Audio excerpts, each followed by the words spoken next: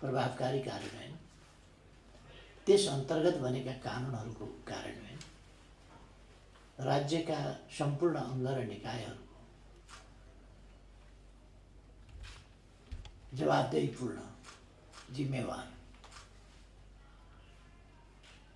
त्यो भूमिका सहित जनतालाई सेवा सुविधा उपलब्ध गराउने, देशलाई भ्रष्टाचारबाट मुक्त गर्ने र गरिबीबाट मुक्त गरेर एउटा समृद्धितर्फको यात्रा अगाडि बढाउन विभिन्न क्षेत्रमा विकासका प्रयासहरूलाई प्रभावकारी ढङ्गले अगाडि बढाउने, त्यसका निम्ति एकातिर पूर्वाधारको विकास, जसभित्र भौतिक पूर्वाधार र सामाजिक पूर्वाधार दुईटै प्रकारका पूर्वाधारहरू पर्दछ, तिनको विकास, त्यसै गरेर उत्पादनको वृद्धि, उत्पादनभित्र प्रत्यक्ष उत्पादन र परोक्ष उत्पादन, जसबाट धेरै रोजगारीका अवसरहरू पनि सृजना गर्न सकियोस् र दक्ष जनशक्तिको निर्माण गर्न सकियोस्, उत्पादकत्व वृद्धि, उत्पादन वृद्धि। यो एउटा क्षेत्र विशेषको मात्रै होइन, कृषि, उद्योग, पर्यटन, सेवाका क्षेत्रहरू, म्यानुफ्याक्चरिङ र अन्य यी क्षेत्रहरू अथवा सामाजिक क्षेत्रका जनशक्तिको सिपको अनेक चिजको उत्पादन अथवा मैले अघि भने प्रत्यक्ष र परोक्ष उत्पादन जस्ता कुराहरू मार्फत देशलाई तीव्रतर गतिले समृद्धिको बाटोमा अगाडि बढाउने र समाजलाई सामाजिक न्याय र समानतायुक्त समृद्ध मात्रै होइन कि त्यो समृद्धि राष्ट्रका उपलब्धिहरूको न्यायोचित वितरण सहितको, जहाँ जनता अधिकार सम्पन्न छन्, अधिकार र अवसरसम्मको उनीहरूको पहुँच छ, त्यसको जनताले उपयोग गरिरहेका छन्, उपलब्धिहरूमा उनीहरूको साझेदारी छ, उत्पादन र उपलब्धि दुईटैमा साझेदारी छ, जनताको हिस्सेदारी छ, जसमा इन्क्लुसिभ र पार्टिसिपेटरी ढङ्गले समाजलाई अगाडि बढाइएको छ। त्यस्तो समाज जहाँ शान्ति सुव्यवस्था छ, सुरक्षाको प्रत्याभूति छ र मानवोचित सम्मानित जीवनको प्रत्याभूति छ। यस्तो समाज जसलाई हामीले समृद्ध नेपाल, सुखी नेपाली भनेका छौँ, यसलाई हामीले राष्ट्रिय आकांक्षा भनेका छौँ र यो राष्ट्रिय आकांक्षा प्राप्त गर्नु हाम्रो उद्देश्य हो। हाम्रा सम्पूर्ण कामहरूको गन्तव्य समृद्ध नेपाल, सुखी नेपाली हो। त्यसमा पुग्नुपर्छ भनिरहेका छौँ। त्यस दिशामा हाम्रो देश अगाडि बढ्दै पनि थियो, तर विभिन्न आग्रह, पूर्वाग्रह अथवा विभिन्न स्वार्थहरू अथवा ईर्ष्या, डाह जस्ता अनेक कुराहरूको सम्मिश्रणबाट अस्वस्थ खेलहरू भए, जसले गर्दा नेपालको राजनीतिलाई स्थिरतातर्फ होइन अस्थिरतातर्फ धकेल्ने, विकासतर्फ होइन विकासको गतिमा व्यवधान पुर्याउने तर्फ धकेल्ने, सुशासन होइन विकृतितर्फ सरकार, प्रशासन र समाजलाई पनि धकेल्ने र राजनीतिलाई विकृत बनाउन खोज्ने राजनीतिक दलहरूले, जसले सङ्गठित ढङ्गले जनतामा चेतना ल्याउँछन्, जनतालाई सङ्गठित गर्छन् र सामाजिक परिवर्तन ल्याउँछन्, राजनीतिक परिवर्तन ल्याउँछन् र सिङ्गो सामाजिक परिवर्तन र रूपान्तरण ल्याउँछन्। त्यस्ता दलहरूको हिजोको भूमिकालाई पनि अस्वीकार गर्ने, दलहरूको आजको औचित्य आवश्यकता र भूमिकालाई पनि अस्वीकार गर्ने, त्यस प्रकारका वास्तवमा निष्ठाहीन प्रवृत्तिहरू, समाजलाई निष्ठाच्युत गराउने प्रवृत्तिहरू, केही कुराप्रति पनि निष्ठा नहुने, देशप्रति निष्ठा नहुने, लोकतन्त्रप्रति निष्ठा नहुने, स्वार्थप्रति मात्रै केन्द्रित हुने प्रवृत्तिहरू र ती कुराहरूलाई बढावा दिने, यस्ता कुराहरू भइरहेका छन्। र अहिले देखा परेका जुन राजनीतिक र आर्थिक विकृतिहरू छन् ती त्यसकै उपज हो, त्यसैका प्रतिफल हो। म अहिले आएर चुनाव गर्नु र नयाँ जनादेश प्राप्त गर्नु प्रतिगमन होइन भन्ने कुरा दोहोऱ्याएर त्यो वास्तवमा एउटा जुन हिजो चलाइएको कुप्रचार थियो त्यसलाई आज आएर जवाफ दिइरहनुपर्छ जस्तो मलाई लाग्दैन। त्यो प्रचार नै यति असान्दर्भिक भइसक्यो र अब आज जस्ता घटनाहरू घटिरहेका छन्, सबभन्दा पछिल्लो भनौँ आज बिहान सञ्चार माध्यमहरूले यहाँहरूले नै प्रसारित गर्नुभएको हतियार खरिद सम्बन्धी कुराहरू, त्यही नै काफी छ। बजेट नै काफी छ, बजेट निर्माणको प्रक्रिया काफी छ। बजेट निर्माणमा अनाडी मान्छेहरू संलग्न हुने, अनाडी मात्रै होइन, त्यो बजेट निर्माण सम्बन्धी विज्ञ कोही ल्याएर परामर्श गरिएको जस्तो मात्रै विषय पनि होइन। व्यापारीका प्रतिनिधिहरू सेटिङ अन्तर्गत त्यसभित्र लाभको हिसाब किताब जोड घटाउ अन्तर्गत करका दरहरू, अन्तःशुल्क र इन्सेन्टिभ दिने कुरा वा छुट दिने कुराहरूसँग सम्बन्धित भएर अनधिकृत मान्छेहरू ल्याएर राष्ट्रिय बजेटलाई वास्तवमा अर्थतन्त्रलाई नै ध्वस्त पार्ने गरी अवाञ्छित शक्ति र तत्त्वहरूको हात घुसाउने काम गराइयो। यो न हतियार खरिद रक्षा मन्त्री वा अर्थमन्त्रीले मात्रै गर्न सक्छ, न बजेटमा यत्रो बदमासी अर्थमन्त्रीले मात्रै गर्न सक्छ।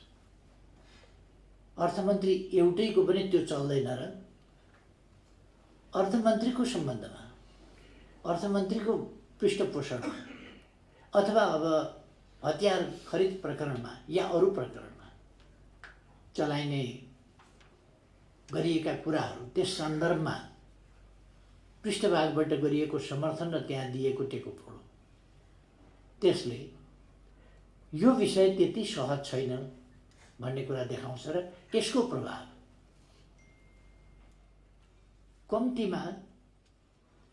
कम्तीमा पनि हामी श्रीलङ्कासम्म त पुग्ने नै लक्षण देखिन्छ। त्योभन्दा अगाडि बढ्न पनि मेरो छैन। यही ढङ्गले जाने हो र यदि यस अधोगतिमा ब्रेक लगाइएन भने यो कम्तीमा पनि श्रीलङ्का पुग्छ। अधोगतिमा ब्रेक नलगाउने हो भने त्योभन्दा उँधो खस्न सक्छ। तसर्थ हामीले अहिले नै सतर्क हुनुपर्ने पनि हामी देख्छौँ। मुख्य कुरा अहिले तपाईहरुसँग गर्न खोजेको अन्तर्क्रिया भेटघाट दुईटा पक्ष छ यसको। एउटा त लामो समय हो, लामो समयदेखि यहाँहरूसँग भेटघाट कुराकानी हुन पाएको थिएन। चिने जानेका साथीहरू यसो परपरैबाट लेख हेरिन्छन्, समाचार हेरिन्छन् आदि इत्यादि, तर नजिकबाट भेट्ने, सँगै बसेर कुरा गर्ने, चिया खानेसम्म मौका मिलाउन सकिराखेका थिएन।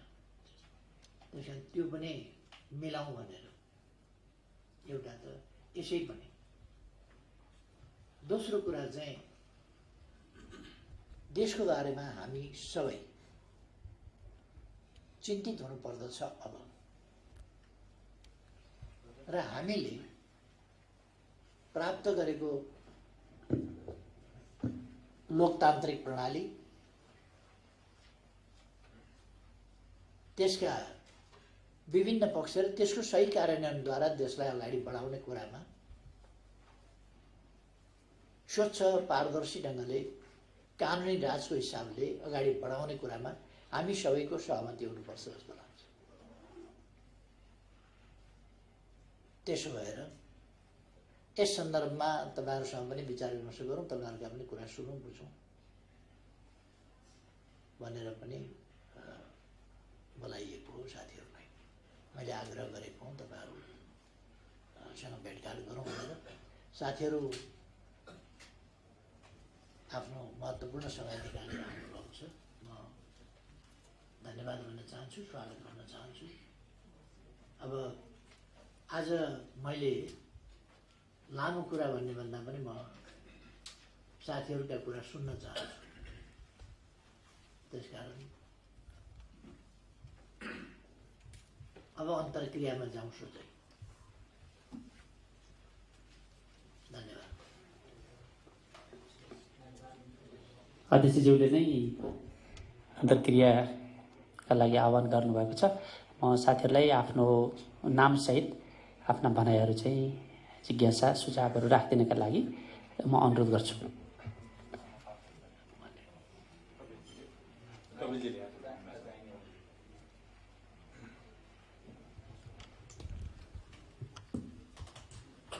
हजुर, म कपिल काफले नेपाल समाचार पत्र हेर्छु।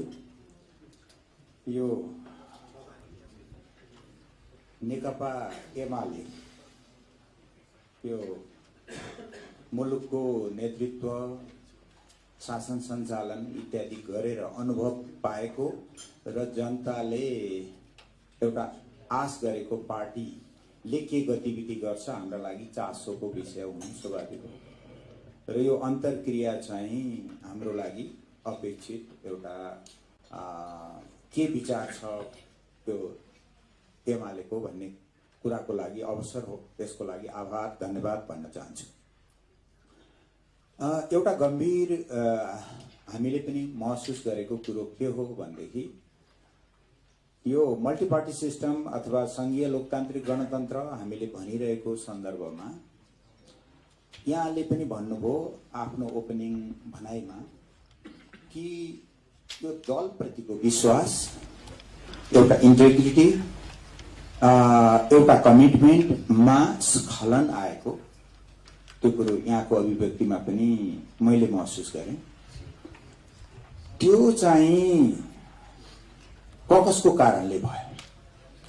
त्यो चाहिँ हामी मिडियाको कारणले भयो, अथवा त्यो चाहिँ कार्यकर्ताको कारणले भयो, अथवा दल र त्यसका नेताहरूको कारणले बढी भयो।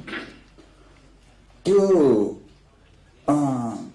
यहाँको अनुभव यस सन्दर्भमा लामो समय जेलदेखि लिएर विभिन्न अनुभव पनि छ र समृद्ध नेपाल सुखी नेपालीको कन्सेप्ट पनि यहाँले भन्नुभयो र एउटा जेसी युक्त एउटा समाजको सुन्दर परिकल्पना पनि यहाँले गर्नुभयो। यति हुँदाहुँदै पनि हाम्रो लक्ष्य प्राय सुन्दरै हुने, तर जाँदा जाँदै कहिले नेताका कमजोरी देखिने, कहिले दलका कमजोरी देखिने, जसले गर्दा दलप्रति नै एउटा वितृष्णा जस्तो देखिने, त्यसभित्रका पात्रहरू पनि अप्रिय हुन जाने, यस्तो खालको पनि हामीले मैले देख्दाखेरि त्यो छ। हजुरको चाहिँ अनुभव के छ यसमा? चाहिँ कन्ट्रिब्युसन कसको हो? त्यो चाहिँ हामी वर्स सिचुएसनतिर जान लागेकोमा दलप्रतिको आस्था घटेकोमा दलभन्दा कति ठाउँमा स्वतन्त्र उम्मेदवारले जितेकोमा यो चाहिँ यहाँलाई चाहिँ आफ्नो भागको कमजोरीको केही अनुभव हुन्छ कि हुँदैन? धन्यवाद।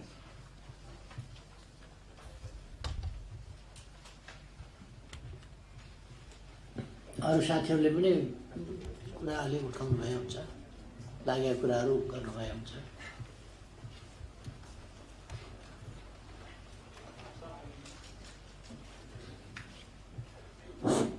म मातृका पौडेल, नेपाल प्रेसबाट।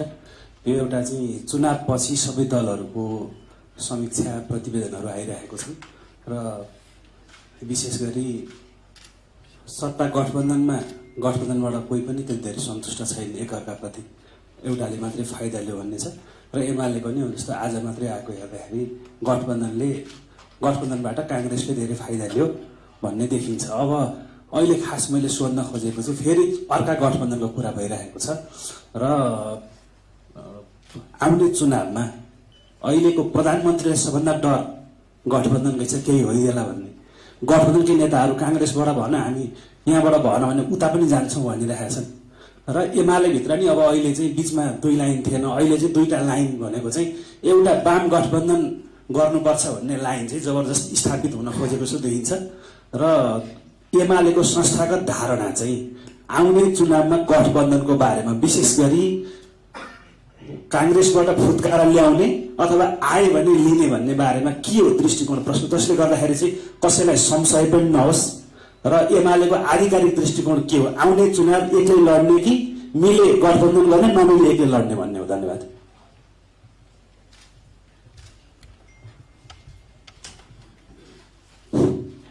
नमस्ते, म सागर पण्डित, म राजधानी राष्ट्रिय दैनिकमा कार्यरत छु। अध्यक्षज्यूलाई मेरो 2-3टा मात्रै प्रश्न छ। विशेष गरी यहाँले अघि भर्खरै भनिसक्नु भएको छ, मुलुक अहिले यो भ्रष्टाचार र कमिसन तन्त्रमा चुल्लुमै डुबेको छ भनेको यहाँले यसो भनिरहँदाखेरि त्यसमा केही दिन अगाडि मात्रै अर्थमन्त्रीले पनि राजीनामा दिइसक्नु भएको छ र त्यसमा अर्थमन्त्री मात्रै नजोडेर त्योभन्दा माथिको फ्याक्टर पनि जोडिएको छ भनेर भनिरहँदाखेरि त्योभन्दा माथिको फ्याक्टरको विरुद्धमा चाहिँ एउटा प्रमुख प्रतिपक्षीय दलको हैसियतले यहाँहरूले त्यति धेरै आवाज बुलन्द गर्न नसक्नु भएको हो कि, अथवा अर्थमन्त्री राजीनामा दिनुभयो भन्ने किसिमले मात्रै प्रमुख प्रतिपक्षी दल चाहिँ अलिकति अगाडि बढ्न नसकेको जस्तो देखिन्छ।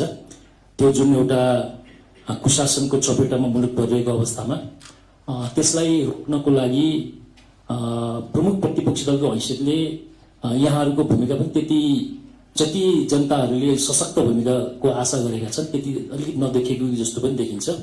र अर्को मेरो क्वेसन, यहाँहरूले नै ल्याउनु भएको यो सङ्घीय शासन प्रणाली जस्तो एउटा हाम्रो पोलिटिकल पार्टिजहरूलाई र लिडरहरूलाई के आरोप लाग्छ भने राजनैतिक प्रणाली अथवा संसारकै उन्नत, हामीले सङ्घीय लोकतान्त्रिक गणतन्त्रको शासन व्यवस्था संसारकै उन्नत शासन प्रणाली हो भनिरहँदाखेरि यति उन्नत शासन प्रणाली ल्याउनको लागि सफल हुनुभएका यहाँहरू चाहिँ, तर यो संस्था यो सङ्घीय प्रणालीले कल्पना गरेको भ्यालुजहरू अथवा जनतालाई दिनुपर्ने जुन सेवा सुविधा सर्भिस डेलिभरीका कुराहरू छ ती कुराहरूमा चाहिँ हाम्रो राजनीतिक दलहरू चुकेको देखिन्छ भनेर एकदमै जबरजस्त आरोप लाग्ने गरेको छ। सङ्घीय मतलब शासन प्रणाली स्थापित गर्न यहाँहरू सफल, तर त्यो शासन प्रणालीले दिनुपर्ने एउटा जनताहरूलाई डेलिभरी छ त्यो डेलिभरी दिने कुराहरूमा चाहिँ असफल भन्ने आरोपलाई यहाँहरूले कसरी लिनुभएको छ? अनि अर्को अहिले जबरजस्त रूपमा आइरहेको सङ्घीय शासन प्रणालीमा इन्टरनेसनल्ली हेर्दाखेरि 3 टायर सिस्टमको संहिता र 2 टायर सिस्टमको संहिता अभ्यासमा छ र नेपालको कन्टेक्स्टमा हेर्दाखेरि अहिले जनरल लेभलबाट चाहिँ नेपालमा यो 3 टायर सिस्टमको संहिता अलिकति असफल हुन्छ कि जस्तो देखिन्छ, किनभने अहिले प्रदेश सरकारले गरेका कतिपय कुराहरू छन्, उनीहरूले एउटा आर्थिक अराजकता अपनाइरहेका छन्। सुरुमा यहाँहरूले नै बनाएको 7वटा मन्त्रालयबाट अहिले मलाई लाग्छ हरेक प्रदेश सरकारमा 15-16सम्म मिनिस्ट्रीहरू पुगेको छ। त्यसले गर्दाखेरि आर्थिक अराजकता भएको हुनाले अब यहाँहरूले आजको दिनसम्म आइपुग्दा प्रदेशप्रति नेकपा एमालेको स्पष्ट दृष्टिकोण के हो? नेपालमा 3 टायर सिस्टमको संहितै ठिक हो वा 2 टायर सिस्टमको संहिता ठिक हो? यहाँहरूलाई के लाग्छ? नेकपा एमालेको स्पष्ट धारणा यसमा आइडिया हुन्थ्यो जस्तो लाग्छ। र यहाँहरूले आगामी चुनावमा मलाई लाग्छ अहिलेको समान अहिले जे जस्ता एजेन्डाहरू छन् तिनै एजेन्डाहरू लिएर जाने हो कि अथवा नयाँ एजेन्डाहरू जनताले खोजिरहेका नयाँ एजेन्डाहरूलाई यहाँहरूले एक्सप्लोर गर्न सक्नुहुन्न। मलाई लाग्छ अहिलेकै यथास्थितिमा जाने हो भने त अब मलाई लाग्छ स्वतन्त्रहरूले यहाँहरूलाई मलाई लाग्छ भोलिको दिनमा स्वतन्त्र उम्मेद्वारहरू धेरै जित्ने सम्भावना देखिन्छ। यही अवस्थामा यहाँहरूले यही एजेन्डा यही अहिलेकै चाहिँ कुराहरू लिएर जानुभयो भने मलाई लाग्छ त्यो त्यति धेरै राम्रो रिजल्ट आउँदैन होला। त्यही भएर नेकपा एमाले आगामी चुनावमा जनतालाई दिने नयाँ एजेन्डा चाहिँ के हो? हस्त धन्यवाद। माइक पायो होला सदुपयोग। नमस्कार, म युवराज घिमिरे देश सञ्चारबाट। अहिले एकदम महत्त्वपूर्ण विषयहरूमा आर्थिक स्थिति श्रीलङ्कासँग जान सक्ने स्थिति पनि, त्यसबारे भ्रष्टाचारको बारेमा प्रतिपक्षका नेता पूर्व प्रधानमन्त्रीजीले कुरा गर्नुभयो। यो कहिले कहिले के हो, पोलिटिकल पार्टिजहरूको बिचको यो आलोचना चाहिँ फ्रेन्डली म्याच जस्तो पनि लाग्छ। कङ्क्रिट एक्सन के त मुलुक यति अप्ठ्यारो स्थितिमा छ भने एउटा एकजना पूर्व प्रधानमन्त्री र सबभन्दा ठुलो पार्टी संसदमा, त्यसको हिसाबले तपाईँहरूले कसरी यो सिचुएसनलाई फेस गर्दै हुनुहुन्छ? अनि भ्रष्टाचारको बारेमा के तपाईँहरू अख्तियारसम्म पनि जान तयार हुनुहुन्छ? हतियार खरिद होस् अथवा बजेट लिकको बारेमा, किनभने अख्तियार हामीले हेर्दाखेरि एकदम एउटा टुथलेस इन्स्टिट्युसन जस्तो भएर बसेको छ। पोलिटिकल पार्टीका नेताहरू कुबु खेलेर बस्छ र उसले कुनै पनि अब ठुला मुद्दाहरूलाई इन्भेस्टिगेट गरेको अवस्था छैन। तेस्रो, अहिले अब चाइनिज यो इन्टरनेसनल डिपार्टमेन्टका प्रमुख नेपालमा आएको छन् र उनले कुरा गर्दाखेरि बेसिकली एमसिसी एसपिपी दबाए पनि त्यस्ता किसिमका कुनै कुराहरू आउँछन् कि भन्ने चिन्ता, त्यसले नेपाल चीन रिलेसन र ओभर यहाँको सेक्युरिटीको बारेमा उनीहरूको चिन्ता चासो पनि देखाएको छ। एमालेको के धारणा हो एमसिसीको बारेमा, एसपिपीको बारेमा? र तपाईँका पुराना मित्र प्रचण्डले चाहिँ उहाँले कोएलिसन छोडिदिन्छु एसपिपी पास भयो भन्ने धम्की र अब एमसिसीको 12 पोइन्ट एक्सप्लेनेटरी नोटमा पनि उहाँले एउटा अब अमेरिकाको धारणा चाहिन्छ भनेर उठाउनु भएको छ। त्यसबारे एमाले के सोचेको छ? एमसिसी एसपिपी अथवा त्यसका कुनै इक्विभ्यालेन्टहरू आउने सम्भावना देख्नुहुन्छ? र यो जुन चिन्ता छ चीन अथवा अरू भोलि अर्को कुनै कन्ट्रीको पनि होला छिमेकका, त्यसबारे एमाले कस्तो धारणा राखेको छ? त्योभन्दा मुख्य कुरा जनताको स्तरमा जुन किसिमको असन्तुष्टि छ त्यहाँ तपाईँहरू यो अब पब्लिक प्लेटफर्ममा एउटा अपोजिसनको कर्मकाण्ड पुरा गरेर गर्नुहुन्छ कि त्यसलाई कुनै संवैधानिक निकायहरू अख्तियार मैले भने त्यसको प्रयोगसम्म पनि तपाईँहरू चाहनुहुन्छ?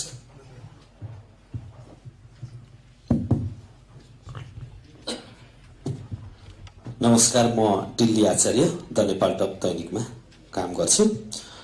मेरा बुदागत प्रश्न छन् अन्तर्क्रियाभन्दा पनि। राज्यको एउटा निकाय न्यायालय सिङ्गो एउटा प्रधान न्यायाधीशमाथि महाभियोग लागेर बसेको निकै नै लामो समय भइसक्यो। सम्भवतः यो अधिवेशनमा अहिलेसम्म पनि उठेको छैन र सत्तापक्षले त उठाएन, प्रतिपक्षले पनि त्यो विषयमा अहिलेसम्म गहन रूपमा न कार्यव्यवस्थामा छलफल भएको बुझिएको छ, न पार्टीभित्र आन्तरिक रूपमा पनि गहन रूपमा छलफल भएको बुझिएको छ। एमालेको यसको आधिकारिक धारणा के हो? भोलि संवैधानिक परिषद, यो संवैधानिक परिषदसँग जोडिएको विषय पनि छ। भर्खरै एउटा विधेयक पनि आएको छ। यसमा हिजो हजुरले ल्याउनु भएको प्रावधानलाई नै शेरबहादुर देउवाले लिएर आउनु भएको छ भन्ने छ, बहुमतको प्रावधान। मैले यसको व्याख्या गरेँ। यसमा एमालेको राय के हो र भोलि महाभियोग प्रस्ताव अगाडि बढ्यो भने एमालेको स्ट्यान्ड के हुनेछ? यो कुरा राखेँ। महँगीको विषयमा एमाले किन यसरी चुप लागेर बसिरहेछ भन्ने आम जनताको प्रश्न हो, यो मेरो होइन। यो राष्ट्रिय गौरवको आयोजनाप्रतिको जुन हिजो हजुरहरूले नै अगाडि सार्नुभयो, विशेष गरी अदालतबाट पनि फैसला भएर आइरहेको यो निजगाडको विषयमा एमालेको आधिकारिक धारणा के छ, यो पनि अलिकति राखिदिनु होला। र अर्को एउटा चाहिँ प्रदेशको सन्दर्भमा एमाले पनि एउटा जिम्मेवार पार्टी भएकोले यसपटक नाम नदिकन जाने सम्भावना बोकेर एमाले पनि अगाडि बढिरहेको हो। यति नै हो मेरो। धन्यवाद। पहिलो चरणमा यदि प्रश्नहरू जिज्ञासाहरूमाथि नै अलिक छलफल गरौँ जस्तो लाग्छ।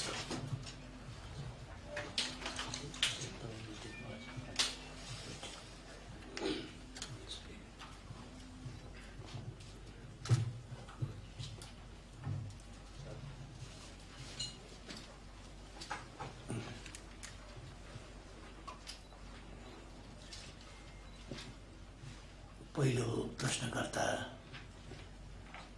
साथीले उठाउनु भएको थियो कि यो राजनीतिक दलहरूप्रति जनतामा आएको वितृष्णा कसको कारणले आयो, किन आयो, दलहरूको जिम्मेवारी कति, अरूको जिम्मेवारी कति, यसमा प्रेसको पनि कुनै भूमिका छ कि, सञ्चार माध्यमहरूको पनि भूमिका छ कि, र खुद आफ्नै पनि केही भूमिका देख्नुहुन्छ कि भन्ने प्रश्न थियो।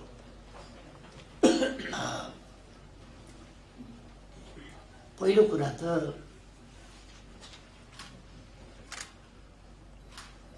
दलहरूको कारोबार, पहिले म यो दल त्यो दल नभनिकन दलहरूको क्रियाकलाप भन्छु। दलहरूका क्रियाकलाप राम्रा सकारात्मक भए भने आम रूपमा विरोधका लागि विरोध गर्ने या अलोकतान्त्रिक शक्तिहरूले दलहरूलाई अलोकप्रिय बनाउन खोज्ने अथवा प्रतिस्पर्धी दलहरूले स्वस्थ प्रतिस्पर्धाको विधि तरिका अर्थ महत्त्वलाई नबुझेर अस्वस्थ प्रतिस्पर्धा तर्फ लान खोज्दा गरिने कुप्रचारका असरहरूको कुरा हुन सक्छ ती कुराहरू। अथवा कहिले कहिले सञ्चार माध्यमले पनि आफ्नो समाचार विश्लेषण बिकाउने हिसाबले अथवा बढी प्रचारात्मक हिसाबले पनि कहिले कहिले त्यस्तो भूमिका खेल्न सक्ला भन्ने कुरा पनि हुन्थ्यो। तर यहाँनिर अहिले राज्यका हरेक अङ्गलाई विस्थापित गर्ने, संवैधानिक अङ्गहरूलाई विस्थापित गर्ने, संसद अहिले यता आएर पहिले यो संसद सुरु हुँदाखेरि नयाँ ऐनहरूको तर्जुमा गर्नुपर्ने थियो, संविधान बमोजिम थुप्रो ऐनहरूको तर्जुमा गरिएको थियो, थुप्रै ऐनहरू संविधान सम्मत बनाउनु पर्ने थियो, त्यो गरिएको थियो। अहिले यता आएर ती कामहरू ठप्प भएका छन्। त्यति बेला पनि केही राजनीतिक शक्तिले प्रत्यक्ष परोक्ष ढङ्गले ऐन निर्माणका काममा बाधा व्यवधान पुर्याएको र रोकआउट गरेको अवस्था नभएको होइन, त्यो थियो त्यति बेला पनि रोकआउट गरेको थियो। तर अहिले त्यस्तो रोकआउट कहीँ पनि छैन। तर संसद एक वर्षदेखि संसद भोलि त पुरा एक वर्ष हुन्छ परमादेशको, विश्वमै नभएको परमादेश, इतिहासमै नभएको परमादेशको 1 वर्ष हुन्छ।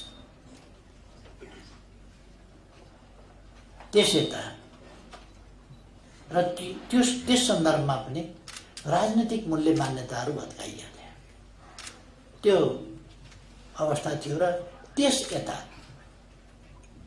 सरकारले गरेका काम कारबाही अघि पत्रकार महोदयले नै उठाउनु भएको थियो। यत्रा प्रदेश चलाउन जता हेरो मन्त्रीकै गाडी देखिने, जता हेरो झन्डावालै गाडी देखिने गरी मन्त्रालय बनाउनु पर्ने, त्यो विकासका लागि होइन, सरकारी कामकाजका लागि होइन, जनतालाई अधिकारको उपभोग र उनले पाउने राज्यबाट पाउने सेवा सुविधा उपलब्ध गराउनका लागि होइन। तर मान्छेलाई मन्त्री बनाइदिनका लागि, जागिर खुवाउनका लागि, गठबन्धन बनाउनका लागि, गठबन्धन टिकाउनका लागि अथवा राष्ट्रिय हितहरू वा उद्देश्य होइन, समूहगत हित वा उद्देश्य, समूहगत स्वार्थहरूको परिपूर्तिका लागि यस्ता क्रियाकलापहरू हुने र भ्रष्टाचार त बेलगाम, म धेरै चर्चा नगरौँ। सरकार कसले चलाउँछ यो दुनियाँलाई थाहा भइसकेको छ, तपाईँहरूलाई पनि थाहा छ, मैले किन भनिरहने।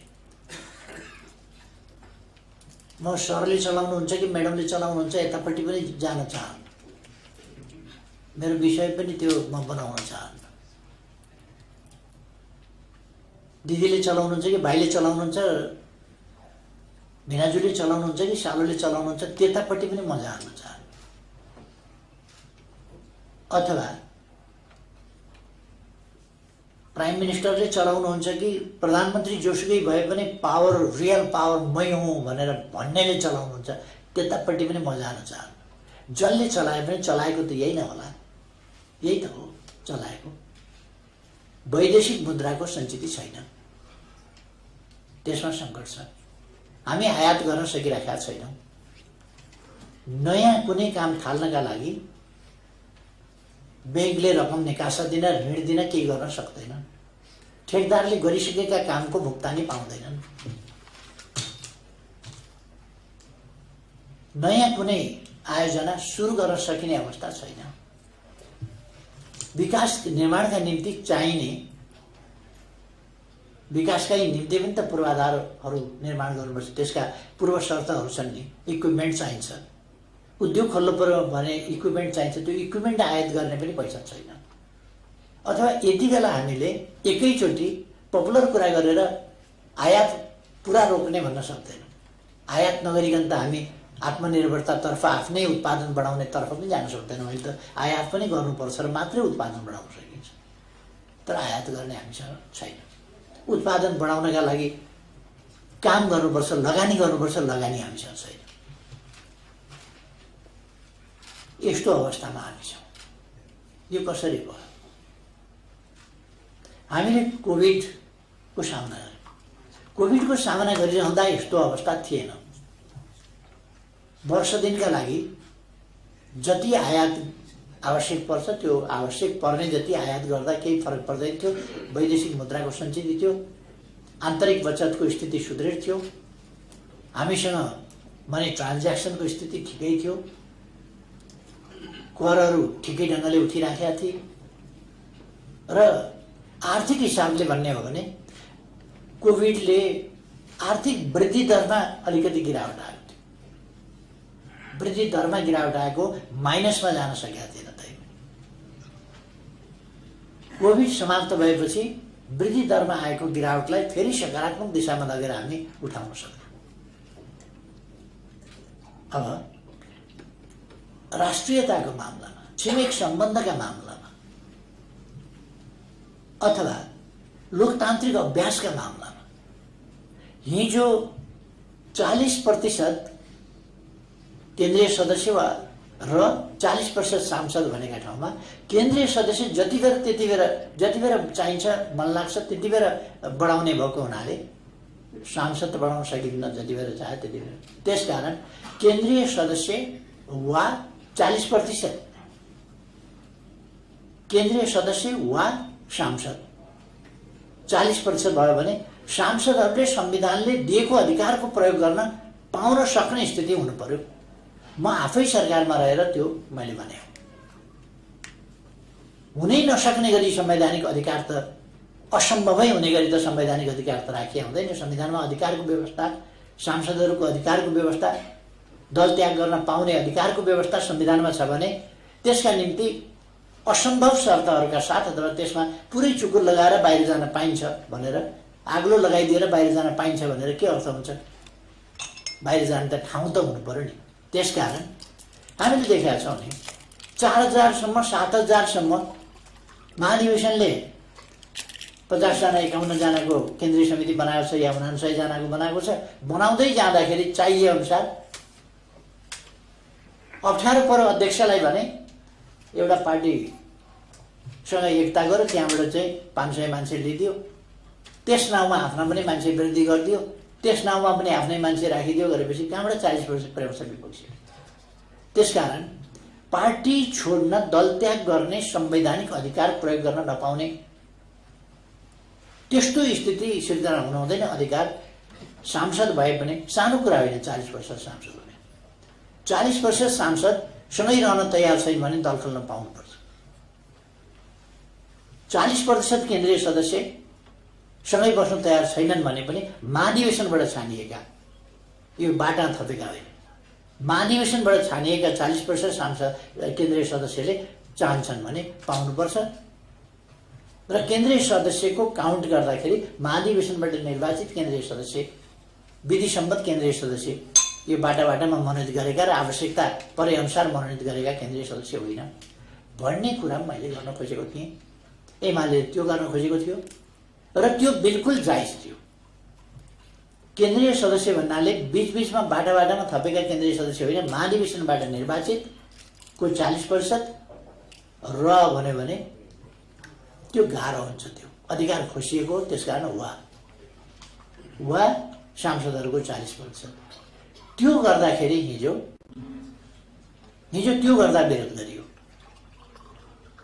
अदालतले त्यसलाई बदर गर्यो, उधोमसँग पार्टी फुटाउन खोजियो, यो गरियो त्यो गरियो भनेर र नेकपा एमाले फुटाउनका लागि गठबन्धन सरकारले त्यही चिज यति विकृत ढङ्गले नाङ्गो ढङ्गले त्यो महाधिवेशनबाट निर्वाचित 40% होइन, 40% जुनसुकै होस् 40%, अनि त्यो 40% होइन 20% भए पुग्छ। 20% केन्द्रीय सदस्य 20% सांसद भए पुग्ने वा गरेर अदालतलाई पनि त्यो मान्ने भने एमाले फुटाउनका लागि ताकेर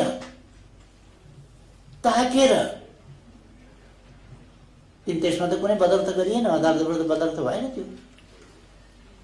अनि त्यही कुरा निर्वाचन आयोग उसलाई समय विचार गर्ने समय छ, ऊ विचार गर्दैन। यस्ता कुराहरू मतलब कानुनलाई मजाक उडाउने कुरा। एउटा दलले आफ्ना सदस्यले परित्याग गर्दा निष्कासन गर्यो भने भोलिपल्ट त्यसको सूचना जारी हुन्छ। हामीले साउन 25 गते निष्कासन गरेको भदौ 1 गते जानकारी निर्वाचन आयोग र सभामुख दुईटैलाई दिँदा सभामुखले निर्वाचन आयोगले फैसला नगरेसम्म पर्खिन्छ। हामीले नै निर्वाचन आयोगलाई जानकारी गराएका छौँ। अकारण सभामुखले विलम्ब गर्छ अथवा यो सबै जालझेल षड्यन्त्र। राजनीति भनेको, लोकतन्त्र भनेको प्रतिस्पर्धाको प्रणाली हो, कानुनको प्रणाली हो, जालझेल टिकडमको प्रणाली होइन। त्यही जालझेल टिकडम नगरौँ भन्ने हाम्रो कुरा। जब राजनीतिमा जालझेल टिकडम हुन्छ, समाजमा जनताले डेलिभरी पाउँदैन, जनतालाई कष्टै कष्ट हुन्छ। उद्यमीहरू उद्योग बन्द गर्नुपर्ने स्थितिमा पुग्छन्, व्यापारीहरू व्यापार बन्द गर्नुपर्ने स्थितिमा पुग्छन् र मानिसहरूको जीवन कष्टकर हुन्छ। विद्यार्थीहरू पढ्न नपाएर विदेशिनु पर्ने, सक्ने विदेशिने, नसक्ने अरूतिर लाग्नुपर्ने त्यस स्थितिमा पुग्छन्। र यस अवस्थामा हिजोको स्वास्थ्य बिमा त्यो बन्द हुन्छ, निजी क्षेत्रलाई बिमाको जिम्मा दिने भनिन्छ। त्यसो गरेपछि हस्पिटललाई तिर्न पर्ने पैसा अहिले तिरिया छैन। महँगीको मारले जनताको ढाड भाँसेको छ। यस्तो अवस्थामा यस्ता कामहरूबाट जनतालाई दलहरूप्रतिको वितृष्णा, सरकारप्रतिको, राज्यप्रतिको वितृष्णा र विश्वासको न्यूनताको स्थिति कसले बनाएको छ भनेर बुझ्न सकिन्छ। त्यो अहिलेको गठबन्धनले बनाएको छ, गठबन्धन सम्बद्ध दलहरूले बनाएको छ। दलहरूप्रतिको आकर्षणमा न्यूनता आउने वा त्यसप्रति विश्वासमा न्यूनता आउने कुरा त्यो भएको छ। तर यसमा अब आफ्नै पनि कमी कमजोरी छ कि छैन भनेर सोध्नुभएको छ। देशको सबभन्दा ठुलो पार्टीको प्रमुखको हैसियतले मैले र हिजो आफ्नै पार्टी समेत फुट्यो, जसले जे षड्यन्त्र गरे पनि, जसो गरे पनि आफ्नै पार्टी पनि जोगाउन सकिएन। मैले नै एकीकरण एकता गरेको थिएँ, तर त्यो जोगाउन सकिएन। त्यस्तो अवस्थामा हाम्रो तर्फबाट कुनै कमी कमजोरी छैन भन्न सकिँदैन। हामीले सम्झाउन सकेनौँ, उनीहरूले फिजाएका भ्रमलाई तोड्न सकेनौँ, उनीहरूलाई गलत बाटोमा जान दिनबाट रोक्न सकेनौँ, उनीहरूलाई गलत गठबन्धन गलत ढङ्गले बनाउनबाट रोक्न सकेनौँ, उनीहरूलाई षड्यन्त्रकारी तवरले अगाडि बढ्नबाट रोक्न सकेनौँ, उनीहरूले विभिन्न राज्यका अङ्गहरूलाई प्रयोग दुरुपयोग सबै गर्दा त्यसबाट रोक्न सकेनौँ। यस्ता हाम्रा पनि कमीहरू रहेका होलान्। अब तर एउटा कुरो के हो भने यस्तो कुराहरूले राजनीतिक दलहरूको महत्त्व, औचित्य, सान्दर्भिकता अथवा यिनीहरूको अपरिहार्यता सामाजिक प्रणालीलाई, समाजलाई सञ्चालन गर्न आजको जमानामा दलहरूको अपरिहार्यतामा न्यूनता आउँछ भन्ने कुरा होइन। त्यसकारण दलहरूले भोलि अप्ठ्यारो भोग्नुपर्छ भन्ने कुरा, कहिले कहिले एकाध अपवादका कुराहरू पाणिनीले बनाएको व्याकरणमा पनि अपवाद छ। अपवाद भन्ने व्याकरणमा पनि हुन्छ। अपवाद अनेक चिजमा हुन्छ, त्यस्तै अपवाद एउटा कुरा हो। कहिले कहिले यस्ता कुराहरू प्रकट हुन्छन्, यहाँ मात्रै होइन अन्यत्र पनि भएका छन्। विभिन्न कारण, विभिन्न उद्देश्यहरूबाट पनि त्यस्ता कुरा भएका हुन्छन्, तर त्यो नियमित कुरा हुन सक्दैन र त्यो वास्तवमा दीर्घकालीन निष्कर्ष वा स्थायी निष्कर्ष हुन सक्दैन। त्यो समग्र सामाजिक स्वीकारोक्ति वा ग्राह्य विषय सामाजिक हिसाबमा, हैसियतमा हुन पनि सक्दैन। त्यसको अवधि हुन्छ र त्यसले त्यस अवधिमा अपवादको रूपमा केही काम गर्छ। यसमा मैले भन्न खोजेको यो कुरा हो। अर्को साथीहरूले सोध्नुभएको छ, जिज्ञासा राख्नुभएको छ, गठबन्धनबारे के धारणा छ भनेर। यदि गठबन्धन जस्तो पनि गठबन्धन जसरी पनि बनाए हुन्छ भनेर एमाले ठान्थ्यो भने यो गठबन्धन उहिले नै टुटिसक्थ्यो र अर्को गठबन्धन बनिसक्थ्यो। नेकपा एमालेका निम्ति गठबन्धनको हेराफेरी, सरकारको हेराफेरी आफ्नो भूमिकाको हेराफेरी होइन। देशमा जुन कुशासन छ त्यसका ठाउँमा सुशासन ल्याउन सकिन्छ कि सकिँदैन, मुख्य कुरा सुशासन ल्याउने कुरा हो। लोकतान्त्रिक अभ्यासतर्फ देशलाई फर्काउने कुरा हो। मैले गठबन्धनहरू बनाएर हेरेको छु, चलाएर हेरेको छु। त्यसकारण गठबन्धनका लागि गठबन्धन अथवा सङ्ख्यात्मक परिवर्तन ल्याउन सकिन्छ, फेरबदल ल्याउन सकिन्छ र सरकार परिवर्तन गर्न सकिन्छ भन्ने कुरा होइन। परिस्थितिमा परिवर्तन मुख्य कुरा हो। फेरि उही कुरा दोहोऱ्याउने गरी अलिक दिनसम्म एउटा चिज गर्यो, आजकल अखबारहरूमा यसो देखिन्छ क्या, अलिक समय मान्छेहरू एक खालको व्यवहार गर्छन्, अलिक फेरि अर्कै खालको व्यवहार गर्छन्, त्यसका पछाडि अर्कै कारण हुन्छ। एकपल्ट बिहे हुन्छ अनि फेरि डिभोर्स हुन्छ, अनि फेरि बिहे हुन्छ अनि फेरि डिभोर्स हुन्छ, अनि फेरि बिहे हुन्छ अनि फेरि डिभोर्स हुन्छ। त्यसका पछाडिको कारण डिभोर्स चाहिँ साँचो हुन्छ, बिहे चाहिँ नकली हुन्छ। केही पात्रहरू छैन नि त बिहे र डिभोर्सहरू। त्यसकारण यो साँचो डिभोर्स गर्नका लागि नकली बिहे गर्न हतार एमाले गर्दैन। अब गठबन्धन कति फलदायी हुन्छ भन्ने कुरा त अहिलेको सरकार जनताबाट खुइलिएको, जनताबाट को भाजन बनिरहेको, घृणाको पात्र बनिरहेको कुराले बुझ्न सकिन्छ। सरकार मात्रै सब कुछ होइन, सत्ता मात्रै सब कुछ होइन, सरकारमा पुग्नु मात्रै सब कुछ होइन। हामी विभिन्न देशमा हेरिरहेका छौँ, जनताले गोग्र्याएर मुन्ट्याएर निकाल्छ। कुरो कस्तो हुँदो रहेछ भने एलाइटहरूलाई मन परेन भने जनता त तिनीहरूले परिचालन गर्न सक्दैन, जनताबाट त हटाउन सक्दैनन्, अनि तिनीहरूले अर्को बाटो लिँदा रहेछन्, अदालत सदालतबाट हटाइदिने। जनताले हटाउन पर्यो भने चाहिँ भवनमा गएर, राष्ट्रपति भवनमा गएर, प्रधानमन्त्री भवनमा गएर घेरेर निकालेर त्यहाँबाट ठाउँका ठाउँ राजीनामा गराएर भगाउँदा रहेछन्। त्यो हामीले विभिन्न देशमा देख्यौँ, फिलिपिन्समा पनि उहिले देखिया हो, इन्डोनेसियामा पनि देखिया हो, इरानमा पनि उहिले देखिया हौँ, अरू ठाउँमा पनि देखिया हौँ। अहिले पनि हामी श्रीलङ्कातिर देख्दैछौँ, यदि पपुलर हुन सकेन सरकार भने जनता आयो भने अदालतले हटाउने होइन, जनताले हटाउँदो रहेछ। जनताबाट हटाउन सकिँदैन र जालझेल गर्नु पर्यो भने अनेक ठाउँहरू निक्लिँदा रहेछन्। त्यो त हाम्रो अगाडि दृष्टान्तहरू छ नि त। जनादेशको उल्लङ्घन भयो भने, जनादेश विपरीत चल्यो भने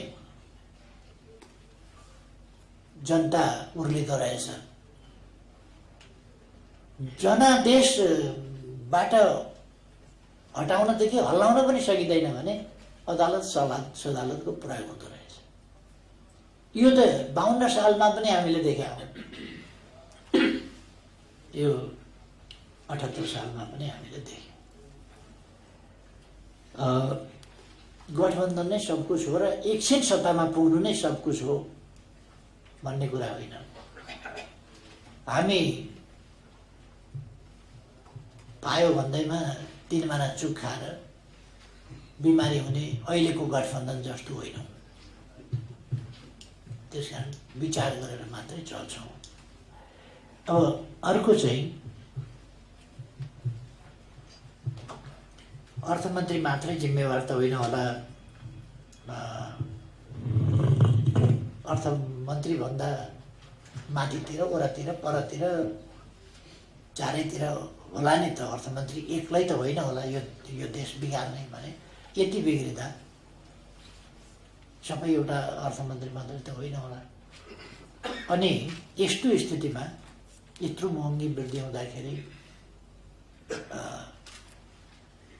किन प्रमुख प्रतिपक्षी जस्तो सबभन्दा ठुलो देशको पार्टी, प्रमुख प्रतिपक्षी पार्टी किन प्रभावकारी भूमिका साथ मैदानमा उत्रिरहेका छैन भनेर, त्यही कुरा उत्र्यौँ कि नउत्र्यौँ, कसो गरौँ भनेर तपाईँहरूलाई सोध्न के गरौँ, यो चाहिँ हरेक साथीहरूसँग सोध्नु जस्तो लाग्छ मलाई। के गरौँ, कुरो फेर्न पाइने छैन। उत्र्यौँ कि नउत्र्यौँ, उत्रिन पर्छ कि पर्दैन। भ्रष्टाचारका विरुद्ध उत्र्यौँ कि नउत्र्यौँ। यहाँ त कस्तो भयो भने कस्तो चर्को बनाएको खाना, दाल पनि मिठो छैन, खाना पनि मिठो छैन, तरकारी कस्तो चर्को, के बनाएको खाना यो मैले हेर्ने कान्छीले भने। त्यही भएर त अलिक चर्को भयो भने टाठो टाठो मिठै रहेछ त। संसार जगत त्यस्तो नभइदिए हुन्थ्यो। जे छ, चर्को छ भने चर्कै भनिदिनुहोस्, चर्को छैन भने नचर्कै भनिदिनुहोस्। यसो भए पनि मिठो मिठै, उसो भए पनि चर्कै भन्ने कुरा नहोस् भन्ने कुरा के गरौँ भन्न मजाले आज आएको। नेकपा एमाले सडकमा जान नसक्ने होइन, तर यो त कस्तो हो भने एमालेलाई मानिलिउँ सौखका लागि ऊ सरकारमा जान्छ जस्तो, देशका लागि होइन, सौखका लागि। एमाले सौखका लागि, लोकतन्त्रका लागि कराउँछ भने देशका लागि होइन जस्तो। लोकतन्त्र एमालेलाई चाहिएको छ, देशलाई होइन, जनतालाई होइन जस्तो। यस्तो कुरा नहोस् भन्ने पनि विनम्र आग्रह हो।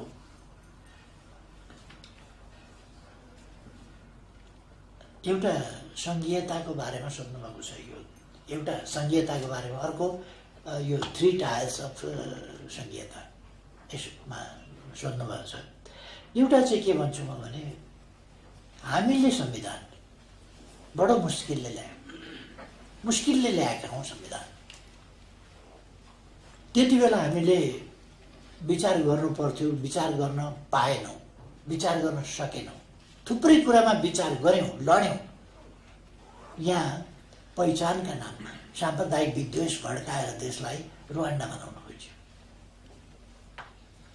नेपालमा सामाजिक सहअस्तित्व, सद्भाव, पारस्परिक सहयोग र त्यस मार्फत राष्ट्रिय एकता र एकताबद्ध प्रयासद्वारा देशको विकास गर्नुपर्ने बेलामा भड्काउने र विविधतालाई, जो हाम्रो समृद्धि हो, त्यसलाई एउटा द्वन्द्वको विषय बनाउन खोज्ने, त्यस खालका प्रयास भए। त्यस्ता कुराहरूबाट देशलाई जोगाउने 15वटा 25वटा स्टेट बनाउनेदेखि लिएर कतिपय मान्छेले त त्योभन्दा बढी पृथकताकै कुरा गरे। त्यस अवस्थामा देशलाई एकताबद्ध राखेर र विष र विषाक्त कुराहरूलाई सम्मान गरेर संविधान, लोकतान्त्रिक संविधान जारी गर्नुपर्ने अहम जिम्मेवारी हाम्रो काँधमा थियो। म ठान्छु साथीहरूले त्यो कुरा बुझ्नुहुन्छ। अहम जिम्मेवारी हाम्रो काँधमा थियो र हामीले त्यो जिम्मेवारी वहन गर्दा धेरै कुराहरूमा समुचित ढङ्गले विचार पुर्याउने परिस्थिति रहेन पनि। अब एउटा चिज आइसकेपछि यसलाई अनवरत घोचेको घोचै गर्ने, आलोचना गरेको गरे गर्ने होइन। एक तहसम्म हामीले अनेस्टली यसको कार्यान्वयन गर्ने कोसिस गर्नुपर्छ, कमी कमजोरी हटाउने कोसिस गर्नुपर्छ, त्यसमा रहेका देखिएका विसङ्गतिहरू हटाउने कोसिस गर्नुपर्छ र त्यसलाई सफल बनाउने कोसिस गर्नुपर्छ। आग्रहवश यो असफल भयो भन्ने होइन कि असफलै हुने हो, यो सफल नहुने नै चिज हो भने त हामीले चाहेर पनि सफल हुँदैन नि त। तर हामीले चाहने चाहिँ यसलाई असफल बनाउन चाहने कि सफल बनाउन चाहने। भर्खर हामीले स्थापना गरेका छौँ, संविधानमा व्यवस्था गरेका छौँ, तदनुसारका संरचना गरेका छौँ, तदनुसारका कानुन बनाएका छौँ, बनाइसक्न पाएको छैन। असफल भनेर हामी यसका विरुद्ध लाग्न थाल्यौँ भने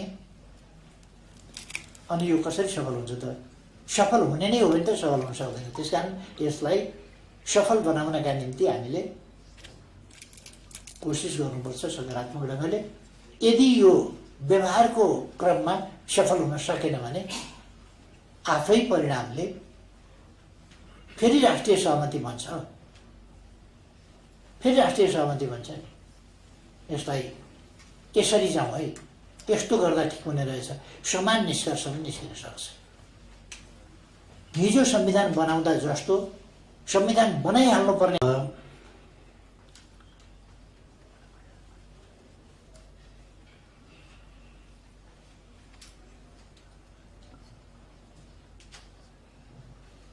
यो अर्को साथीहरू जिज्ञासा राख्नुभयो, चुनावमा पुरानै एजेन्डाका साथ जानुहुन्छ कि नयाँ एजेन्डा भनेर। अहिले स्वाभाविक रूपमा नयाँ एजेन्डा त उठ्नै भयो। अब राष्ट्रिय राजनीति यस्तै गरी यो गठबन्धन, सठबन्धन, अपवित्र गठबन्धन कता जाने थाहा छैन। स्वार्थहरूको गठबन्धन, स्वार्थहरूको जोड घटाउ, कसका उद्देश्य एउटा भन्छ समाजवाद, अर्को भन्छ अर्कै वाद, अर्को भन्छ अर्कै वाद। अनेकका स्वार्थ छन्, कसले कत्रो भाग खायो, कसले कत्रो भाग खायो, त्यस प्रकारका कुराहरू छन्। उद्देश्य छैन, गन्तव्य छैन। त्यस्तो खालको गठबन्धनतिर कि स्टेबिलिटीतिर। अहिले राष्ट्रिय राजनीतिमा एउटा राम्रो कुरा के भएको छ भने पोलराइजेसनतर्फ गएको छ। हामी स्पष्ट भन्छौँ समृद्ध नेपाल, सुखी नेपालीको गन्तव्यतिर हामी गएका छौँ, लागेका छौँ र त्यसको नेतृत्व, त्यसको प्रतिनिधित्व र त्यसको अभिभावक नेकपा एमाले बोकिरहेको छ। एकातिर एमाले एउटा प्रोग्रेसिभ शक्तिको रूपमा, लोकतान्त्रिक शक्तिको रूपमा, देशभक्त शक्तिको रूपमा, जनपक्षीय र जनतालाई सेवा सुविधा दिँदै जनतालाई हेर्दै अगाडि बढ्नुपर्छ भन्ने शक्तिको रूपमा एमाले अगाडि आएछ। सुशासन हुनुपर्छ, विकास हुनुपर्छ भन्ने ती एजेन्डा लिएर अगाडि बढेको छ। र अर्कोतिर अर्को पोल गठबन्धन जसरी पनि टिकाउनुपर्छ, गठबन्धनले जसरी पनि लुटलाट हाटहुट गरेर सत्ताको दुरुपयोग गरेर, राज्य शक्तिको दुरुपयोग गरेर भए पनि चुनाव जित्नुपर्छ, फेरि गठबन्धन कायम राख्नुपर्छ, फेरि लुट्नुपर्छ। र यो cycle of poverty, cycle of यो ब्याकवर्डनेस, साइकल अफ यी खराब चिजहरूको यो चाहिँ पुनरावृत्ति भइरहनुपर्छ, त्यस्तै भइरहनुपर्छ भन्ने खालको शक्ति अर्को छ जो गठबन्धन हो। अब यसमा हामी भनिराखेका छौँ कि यो पोलराइज भएको एमाले र एमाले विरोधी यसरी पोलराइज भएको ठिक छ। एउटा कुरा अलिकति के भने हामीले यस्तो हुँदाखेरि जुन चेतना जनतामा आउनुपर्ने त्यो चेतना अलिक आएको देखिँदैन र जुन आवाज जनताबाट उठ्नुपर्ने त्यो आवाज उठिरहेको देखिँदैन। आफै पनि उठ्छ नि त, त्यो अलिक उठेको देखिँदैन। र हामी अहिले चुनाव त हुन्छ नै, चुनाव हुनैपर्छ, चुनाव हुन्छ नै। र हामी चुनावतर्फ जाँदा कुनै नकली एजेन्डा लिएर होइन, कृत्रिम एजेन्डा लिएर होइन, वास्तवमा देशका जनताका वास्तविक एजेन्डाहरू, आजका समस्या के हुन्, तिनको समाधान के हो, यो कुरा लिएर हामी अगाडि जान्छौँ। त्यसकारण केही पुरानै कुरा पनि आउन सक्छ, केही नयाँ पनि आउन सक्छ। मुख्य रूपमा आज राष्ट्रिय राजनीतिलाई स्थिरता स्थायित्वतर्फ लाने हो कि होइन, लाने हो भने त्यही ढङ्गले जानुपर्छ। अघि एउटा यो गठबन्धनको बारेमा सोध्नुभएको थियो। अब यो गठबन्धनको सरकार चाहिँ चलेन, काम लागेन भन्ने स्पष्ट भयो र यसैलाई बोकिरहन चाहिँ अब उपयुक्त हुँदैन। यही सरकार बोकेर हिँड्नु एउटा हदसम्म बोक्नुपर्छ। जब त्यो निष्प्राण भयो, त्यो हानिकारक छैन भने पनि बोक्नु हुँदैन, हानिकारक छ भने झन् बोक्नु हुँदैन। यो त निष्प्राण पनि भइसक्यो र यो हानिकारक छ। यसले हैजा फैलाउँछ, यसले समाजलाई दूषित गर्छ। प्रयोजन सिद्धिसकेपछि, जीवन त नभइसकेपछि मरेको चिज बोकेर हिँड्दा यो डेड भइसक्यो। यो गठबन्धन देशका लागि यो मृत भइसक्यो। मृत भइसकेपछि सतीदेवीलाई शिवले कानमा बोकेर हिँड्दा, भगवान् शिवले बोकेर हिँड्दा त सतीदेवी बाँचिने काम लागेन भने यस्तो गठबन्धन बोकेर हिँडेर कुनै अर्थ छ? यो कुनै काम आउन सक्छ? त्यसकारण यो सड्ने गडाउने यसका अङ्ग प्रत्यङ्ग झरेर एउटा अङ्ग अस्ति झरेको देख्नुभयो तपाईँहरूले, पदायक्क भएर यसका अङ्ग प्रत्यङ्ग झर्दै जान्छन्। अब पीठ बन्छ यसले, भ्रष्टाचारी अङ्गहरू झरेर पीठ बन्छ। त्यसकारण यो कुनै पीठ बन्नेवाला छैन।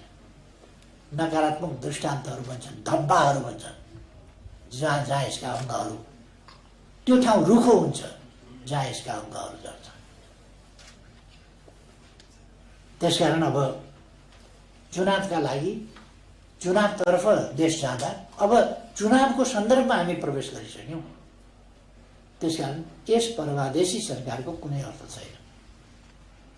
अहिले त्यति भनौँ।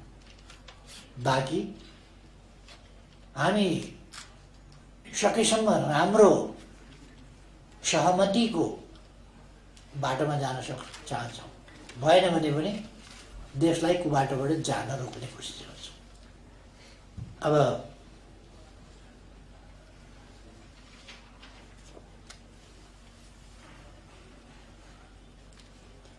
युवराजीले सोध्नुभएको छ यो भ्रष्टाचारका बारेमा प्रतिपक्षले उठाएको कुरा चाहिँ फ्रेन्डली म्याच जस्तो लाग्छ। कतै घच्चा पनि नपरोस्, केही पनि नपरोस्, खेल पनि चलोस् राम्रैसँग, जसले जिते पनि केही फरक पर्दैन जस्तो रोक्ने नै खालको कोसिस चाहिँ अलिक देखिएन। फ्रेन्डली म्याच भनेको त्यही हो, रोक्ने नै खालको देखिएन भनेर कतिजनाको युवराजी हिँड्नु क्या हो। मैले त्यही सोध्न खोजेँ, यो हार जितकै म्याच खेल्थ्यौँ त भ्रष्टाचार विरुद्धमा भनेर मैले सोध्न खोजेँ। उहाँ हिँड्नुभयो। अरू साथीहरू हुनुहुन्छ, अरू साथीहरूले जवाब दिनुभए पनि हुन्छ।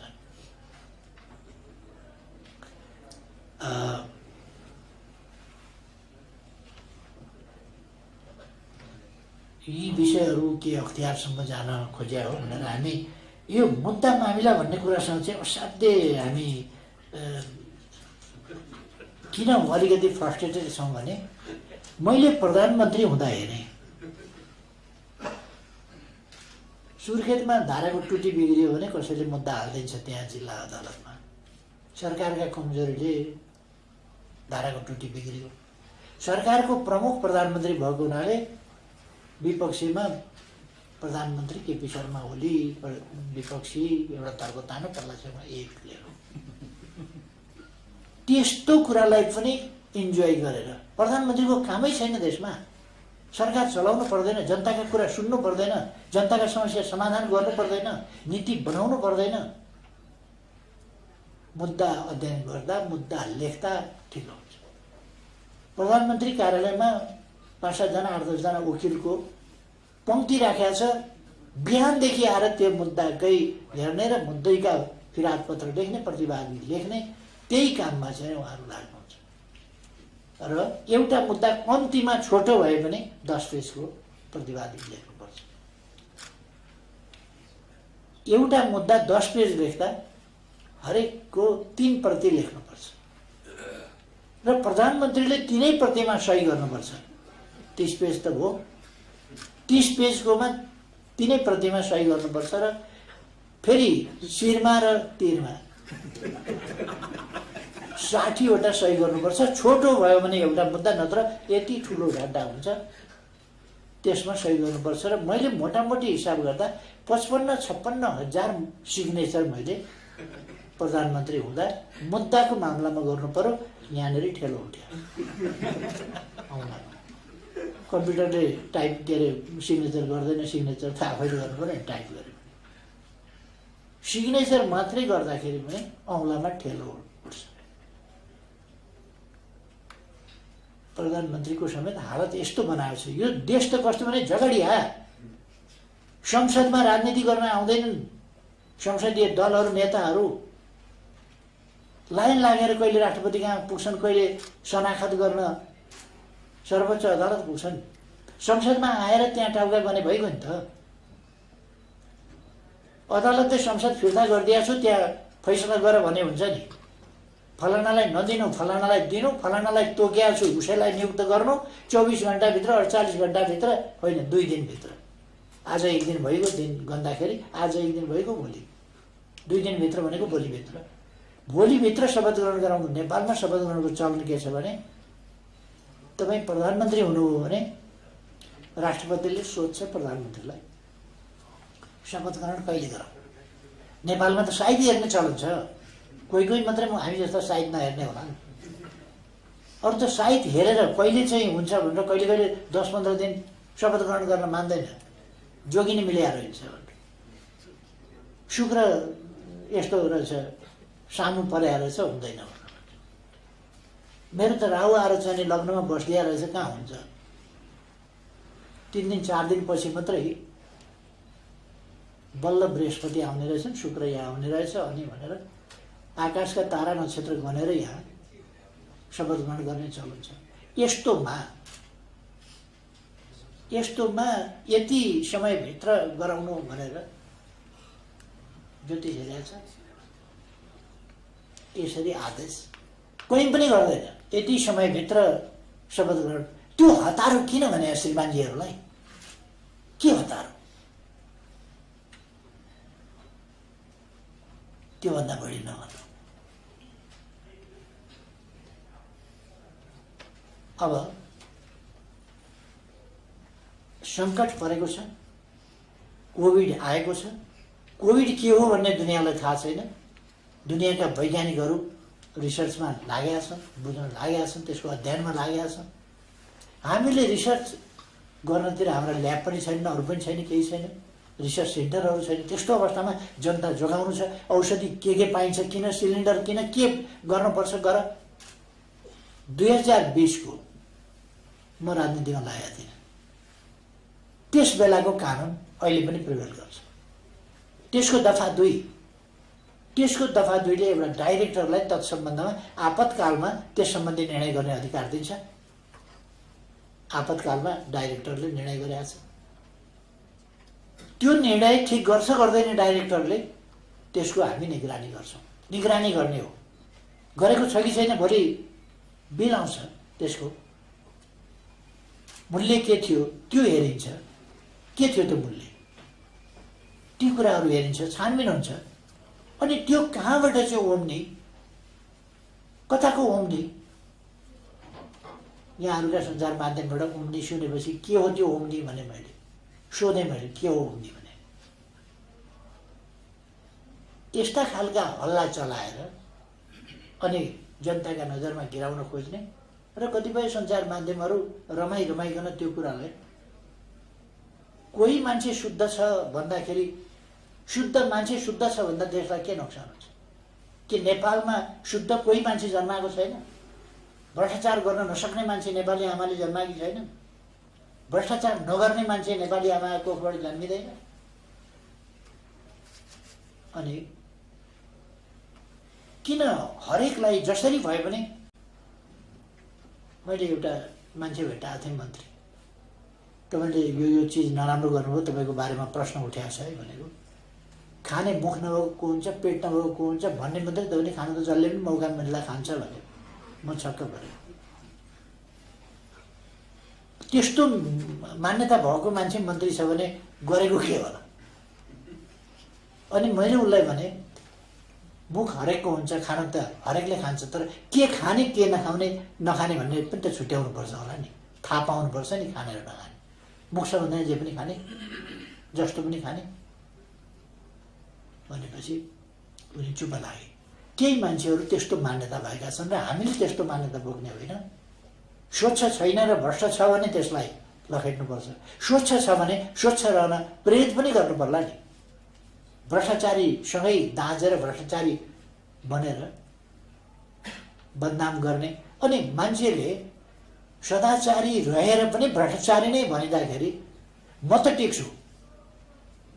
यो संसारभरिका सबै लागेर मलाई भ्रष्ट बनाउन खोजे पनि म भ्रष्ट हुनेवाला छैन।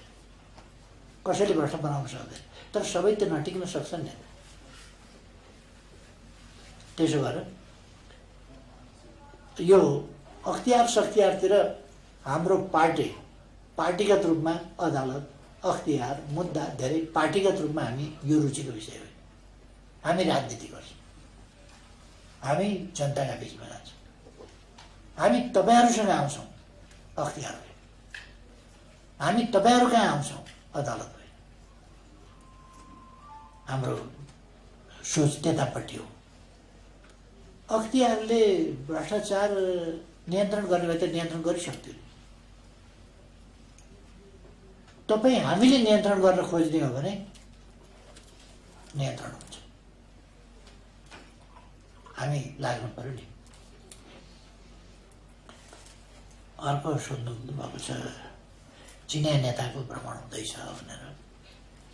नेपालमा विभिन्न देशका नेताहरू आइरहन्छन्, ठुल्ठुला देशका नेताहरू पनि आइरहन्छन्। विभिन्न देशका आफ्ना हितहरू हुन्छन्, ती हितको सुरक्षा र सम्वर्धनलाई ध्यानमा राखेरै भ्रमण गर्छन् होला जस्तो लाग्छ। त्यो हुनसक्छ, मैले भेटेको छैन, सायद म भोलि भेट्छु। कुरा हुन्छ उहाँसँग, कुरा गर्छु के उद्देश्यले कसरी आउनुभएको रहेछ भन्ने कुरा। र एमसिसी अहिलेको गठबन्धनवालाले एमसिसी गरेका थिए, अहिलेको गठबन्धनवालाले पास गरे, अहिलेका गठबन्धनवालाले सडकमा धुलो उडाए, मान्छे भिडाए, ढुङ्गा हनाए, सडक भत्काए, सबै चिज गरे र पास पनि गरे एमसिसी। अब एसपिपी यिनीहरूले गोप्य रूपमा यिनीहरूले ड्राफ्ट गरे हो। पहिलेको एसपिपीको प्रसङ्ग अर्कै थियो। त्यो मेरो समयमा होइन, अस्ति मैले पार्लियामेन्टमा दिन दिनाङ्क समेत भन्थेँ के भएको हो भनेर। र हातले लेखेका तिथिमिति समेत म प्रधानमन्त्री हुने बित्तिकै प्रधान सेनापतिले अमेरिकी एम्बेसीमा पत्र लेखेको भन्ने कुरा, त्यो हातले लेखेको चलानी नम्बर र मितिसहित आएको छ। त्यो के हो, हातले किन लेखियो, सबैमा हातले लेखेको छ कि छैन त्यो भने नि त। सबैमा हातले लेख्ने चलन छ भने त यो पनि हातले लेखेको थियो, यो पनि हातले लेखेको थियो, सबै अरू मितिका पनि हातले लेखेकै प्रतिहरू त्यो भने नि त, देखाए पनि यो पनि हातले लेखायो, यो पनि हातले लेखायो। तर हातले लेखेकै सदर हो भने पनि मलाई जानकारी गराइएको होइन। मलाई जानकारी गराएको भए सोझै सेनालाई पत्र लेख्न मैले स्वीकृति दिन्न थिएँ। अझ सेनाले एम्बेसीलाई पत्रचार गर्ने सोझै त्यो कुरा मबाट हुन सक्दैन थियो, मेरो जानकारीमा हुन सक्दैन थियो। त्यो यसै स्वतः सिद्ध छ, जानकारीमा छैन भन्ने। र त्यस बेला पत्रचार गर्ने त्यति बेलाका प्रधान सेनापति राजेन्द्र बहादुर छेत्री यही धरतीमा हुँदै हुनुहुन्छ त। तपाईँहरू पनि फोन गरेर सोध्न सक्नुहुन्छ नि त, फोन गरेर सोध्नुहोस् न बताउनु भएको थियो भनेर। एउटा बोल्न नमिल्ने मान्छे बेमौसममा राजनीतिक नेता पल्टिएर बोलेको थाहा पाइयो। अहिले ती आयोगका सदस्य रहेछन्। उनले त्यति बेला म सचिव थिएँ, मैले केपी ओलीलाई ब्रिफिङ गरेका थिएँ भनेर भने। न म रक्षा मन्त्रालय गएँ, न उनी मलाई भेट्न आए। बाहिर फेर त्यहाँ प्रधानमन्त्री कार्यालयमा म इन्ट्री गर्दाखेरि लाइनमा उभिएर स्वागत गर्नु बेग्लै कुरा हो। नत्र भने भेट्नघाट उनले चाहिँ नि ब्लफ दिए। किन ब्लफ दिनु पर्यो उनले? र फेरि उनलाई अहिले सोधिएको पनि थिएन। उनी त अहिले आयोगका माननीय आयुक्त छन्। माननीय आयुक्तले मैले दिएको थिएँ भनेर सबुत केही छ? यस्तो थियो पहिले सरकारको निर्णय, अहिले के गर्ने कुनै सबुत छ? लेख्या छ, भन्या छ, केही छ?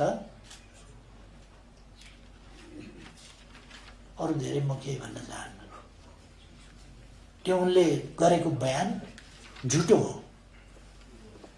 त्यो संस्थाको गरिमाप्रति, त्यस संस्थामा एउटा झुटो बोल्ने मान्छे छ भन्ने कुरा उहाँले बोलेर त्यो प्रकट गर्नु, त्यो नराम्रो कुरा हो।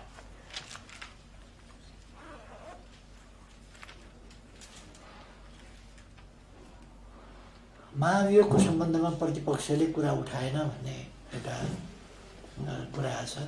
महाभियोगको सम्बन्धमा त हामीले त्यसै बेलादेखि उठायौँ। त्यसै बेलादेखि उठाएर मैले नीति कार्यक्रममाथि लामै टिप्पणी गरेको थिएँ। त्यस बेला पनि यो महाभियोग जति बेला चाहियो अदालतलाई त्रसित बनाउन, अदालतलाई प्रेसरमा राख्नका लागि महाभियोग लगाइन्छ। पहिले सुशीला कार्की प्रधान न्यायाधीश हुँदा उनलाई पनि लगाइएको थियो र उनी जानभन्दा 15 मिनट अगाडि मैले संसद अवरुद्ध गर्छु, चल्न दिन्न र यदि यो फिर्ता नलिने हो भनेदेखि तपाईँ प्रधानमन्त्री हुन सक्नुहुन्न भनेर रोकिन्छ भनेपछि र शेरबहादुर देउबाजीले साइत हेराउनु भएको थियो। त्यसै दिन नहुने हो भने उहाँको प्रधानमन्त्री नहुने ग्रह दशा छ भनेर ज्योतिषीले भने हुनाले उहाँलाई त्यसै दिन गर्नु पर्थ्यो। त्यसै दिन सुशीला कार्कीले अवकाश पाउने थियो र त्यसै दिन मैले पहिले सुशीला कार्कीको फिर्ता लिनुहोस् अनि तपाईँको प्रश्न राख्नु भनेपछि उहाँलाई प्रधानमन्त्री हुने हतारो भएको हुनाले उहाँले त्यो फिर्ता लिनु परेको थियो। अहिले फेरि उहाँहरूले महाभियोगको प्रस्ताव राख्नुभएको छ। उहाँहरूसँग सङ्ख्या कति छ थाहा छ।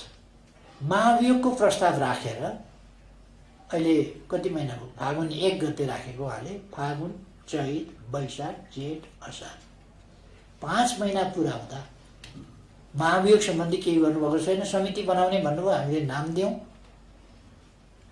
केही पनि भएको छैन। 3 महिनाभित्र त कमसेकम सिद्ध्याउनु पर्ने विषय हो।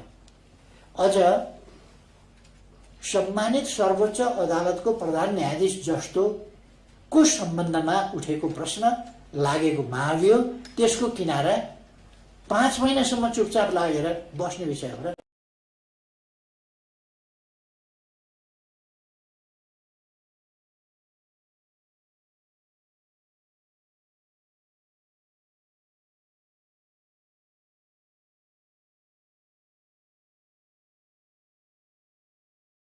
कुनै फरक मत नराखिकन एकै ठाउँमा सुरु हस्ताक्षर गर्ने श्रीमानजी हुनुहुन्छ। संवैधानिक इजलासका 5 जना मध्येको उहाँ पनि हो। उहाँको सम्बन्धमा मलाई धेरै केही भन्नु छैन। पूर्वाग्रह राखे जस्तो किन गर्नु पर्यो सर? पूर्वाग्रह राख्न पनि हुँदैन यस्ता कुरामा। र हामी चाहन्छौँ अदालतको गरिमा बढोस्। परमादेशपछि हिसाब किताब, लेनदेन कुन रूपमा छताछुल्ल भयो? सर्वोच्च अदालतको प्राङ्गणमा कसरी भयो? सर्वोच्च अदालत बारले कसरी तमासा गर्यो? अथवा नेपाल बारले कसरी तमासा गर्यो? श्रीमान न्यायाधीशहरूले हडताल गरेर, अदालतमा हडताल गरेर कसरी तमासा गर्नुभयो? यो के हो? परमादेशको सेरोफेरोको कारोबारको हिसाब किताबको लफडा होइन। अनि के भएर चुपचाप भयो त फेरि? अनि महाभियोग हटाउनै पर्ने छ भने हटाउ नि त। त्यो पनि नहुने भनेपछि यो जालजेल हो, यो षड्यन्त्र हो, यो टिकडम हो, यो महाभियोग होइन, यो निकम्मापन हो। यो राज्यका अङ्गहरूलाई पङ्गो बनाउने, निष्प्रभावी बनाउने र डेमोक्रेसीलाई कमजोर पार्ने खेल अन्तर्गतको कुरा हो। त्यस कारण यो केही भएको छैन। हाम्रो यस्तो गैर जिम्मेवार तरिकासँग असहमति छ। तर तपाईँहरूलाई थाहा छ हामीले त्यति समयसम्म नारा लगाइराखेका छौँ, विरोध गरिराखेका छौँ, तर सरकार त सुमो सुमो अगाडि बढिराखेको छ। त संसद कहिल्यै पनि अवरोध त एक दिन पनि अवरोध भएन नि, एकछिन पनि अवरोध भएन नि। उसले आफ्नो काम कुरुकुरु गर्यो। अनि अवरोध हुन्थ्यो यदि लोकतान्त्रिक मूल्य मान्यता मान्ने हो भने। नमानेपछि अवरोध त भएन। चाहिएका ठाउँमा प्रतिपक्षले अवरोध गर्यो भन्ने पनि हल्ला गरिरहने, आफूलाई चाहिएका बेला कुरुकुरु अगाडि पनि बढिरहने काम त गरिहाल्यो। त्यसकारण यो महाभियोगको सम्बन्धमा हाम्रो भनाइ के हो भने यसरी सम्मानित सर्वोच्च अदालत जस्ता संस्था र त्यसको नेतृत्व गर्ने प्रमुख व्यक्ति प्रधान न्यायाधीश जस्तो व्यक्तिको सम्बन्धमा महाअभियोग जस्तो गम्भीर कुरामा यस्तो खेलबाड गर्नु हुँदैन। यो खेलबाड हो। यो गठबन्धन यस्तो खेलबाड भन्दा माथि केही गर्नै सक्दैन। फेरि यो खेलबाड षड्यन्त्र टिकडम साथ बनेको हो, त्यसैमा अडिएको हो र त्यसैमा अगाडि बढिरहेको हो। संवैधानिक परिषद सम्बन्धी अहिलेको सरकारले राष्ट्रिय सभामा प्रतिपक्षलाई कसैलाई कतै थाहा नदिकन सुटुक्क राष्ट्रिय सभामा लगेर एउटा विधेयक प्रस्तुत गर्यो। कुनै थाहा नदिकन प्रतिनिधि सभाबाट उत्पत्ति नभएर विधेयकको उत्पत्ति राष्ट्रिय सभाबाट किन गर्नु पर्यो? प्रतिपक्षसँग यत्रो विवाद भयो यसै विषयमा किन सल्लाह गर्नु परेन? अर्को, हिजो जे कुराको विरोध गरियो, जुन कुरालाई सर्वोच्च अदालतले त अनेक चिजलाई संवैधानिक व्यवस्थालाई संविधानमा नभएको व्याख्या गरेर पनि उडाइदिएछ नि त कतिवटा कुरा।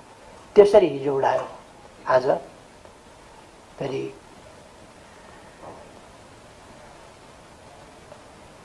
उही कुरा जुन हिजो विरोध गरिएको थियो, अस्वीकार गरिएको थियो र त्यसै विषयमा मुद्दा हालिएको छ। अहिले मुद्दाको पेशी सायद भोलि कि कहिले छ। अनि एकातिर मुद्दा हालेको छ वादी भएर, अर्कातिर त्यही विषय संसदमा फेरि यता फर्किएर हुन्न भनेको छ, यता फर्किएर हुन्छ भनेको छ, यता गर्नै हुँदैन भनेको छ, यता गर्नु पर्यो भनेको छ।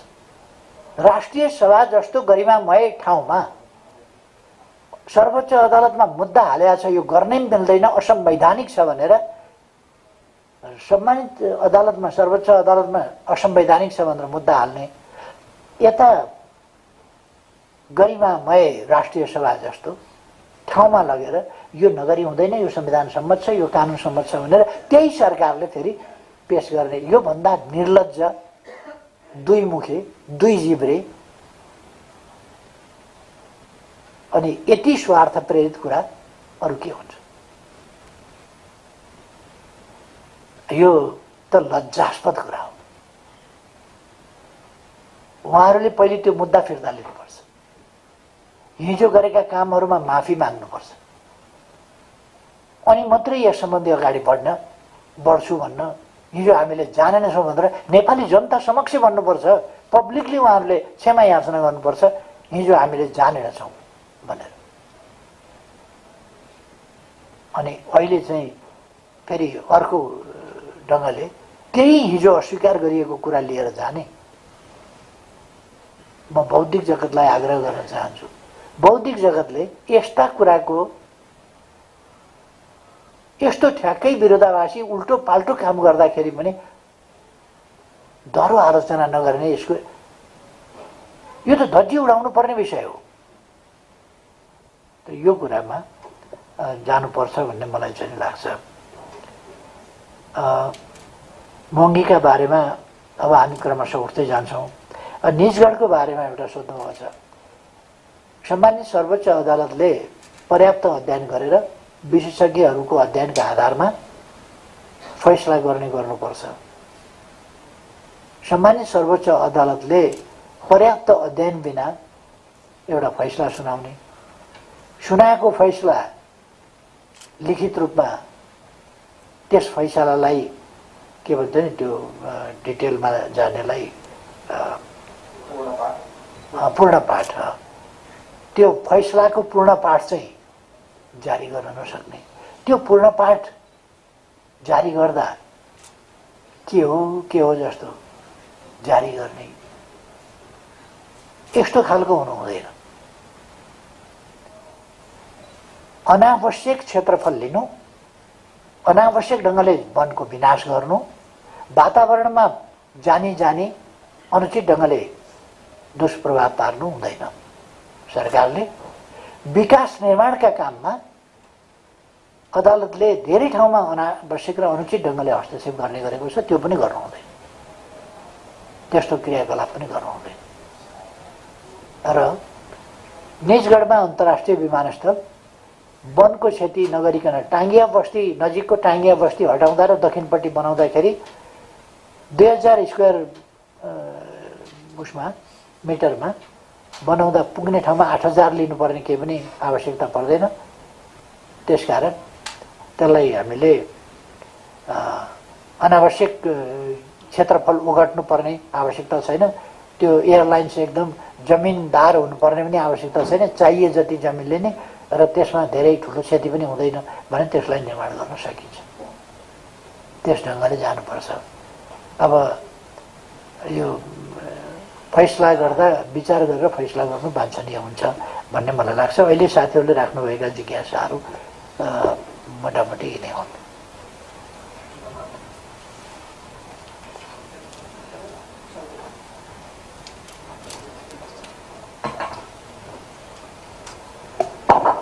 मोटामोटी अहिलेका विषयहरूको बारेमा अध्यक्षज्यूले डिटेलमा यहाँ राख्नु भएको छ। सबै साथीहरूको जिज्ञासा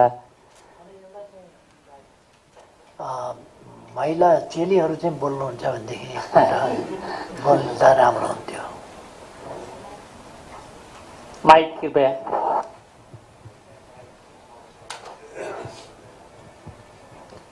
म मन्जु कार्की माउन्टेन टेलिभिजनबाट। धेरैजसो कुरा त आइ नै सकेका छ। अध्यक्षज्यूले सुरुवातमै भन्नुभयो कि आन्तरिक उत्पादन राष्ट्रिय महत्वाकांक्षासँग जोडेको विषय छ भनेर। साथसाथै श्रीलङ्काको अवस्था पनि जोड्नुभयो र नेपाल अन्ततः श्रीलङ्काकै अवस्थामा पुग्ने खतरा यहाँले देखेको जुन सङ्केत गर्नुभएको छ, यो सबैतिर यो चर्चा चलेको छ भनेर जेनरलाइज गर्नुभएको हो कि अब यहाँले अर्को प्रति प्रश्न पनि गर्नुभएको छ, म एक्सनमा उत्र्यौँ कि नउत्र्यौँ भनेर। संविधानले वर्तमान व्यवस्थाले प्रमुख प्रतिपक्षी दललाई चाहिँ के गर्ने भनेको छ त राष्ट्रिय सङ्कट आउने बेलामा? यहाँले पत्रकारलाई जनतालाई सोध्ने कि या संविधान अनुसार त्यसमा एक्सनमा उत्रनुहुन्छ? एउटा कुरा। अर्को कुरा, यहाँले साथसाथै के जोड्नु भएको छ भने श्रीलङ्काकै जस्तो आदेश परमादेशबाट भएन भने जनताबाट पनि सरकारलाई बर्खास्त गर्ने अवस्था आउने रहेछ, नेतृत्वमा रहेकाहरू लखेटिने रहेछन् भन्ने प्रश्न गर्नुभयो। अब यो देउबाप्रति मात्रै इङ्गित गर्नुभएको हो कि यस्तै अवस्थामा कथम कथाचित यहाँले भोलि पार्टीको या सरकारको नेतृत्व गर्ने अवसर पाउनुभयो भने यहाँको हकमा पनि त्यो कुरा लागू हुन्छ? आर्थिक इन्डिकेटरहरू ठिक छैनन्, त्यसकारणले गर्दाखेरि यो अवस्था देखेर भन्नुभएको कि साँच्चीकै गम्भीर हुनुहुन्छ यस विषयमा?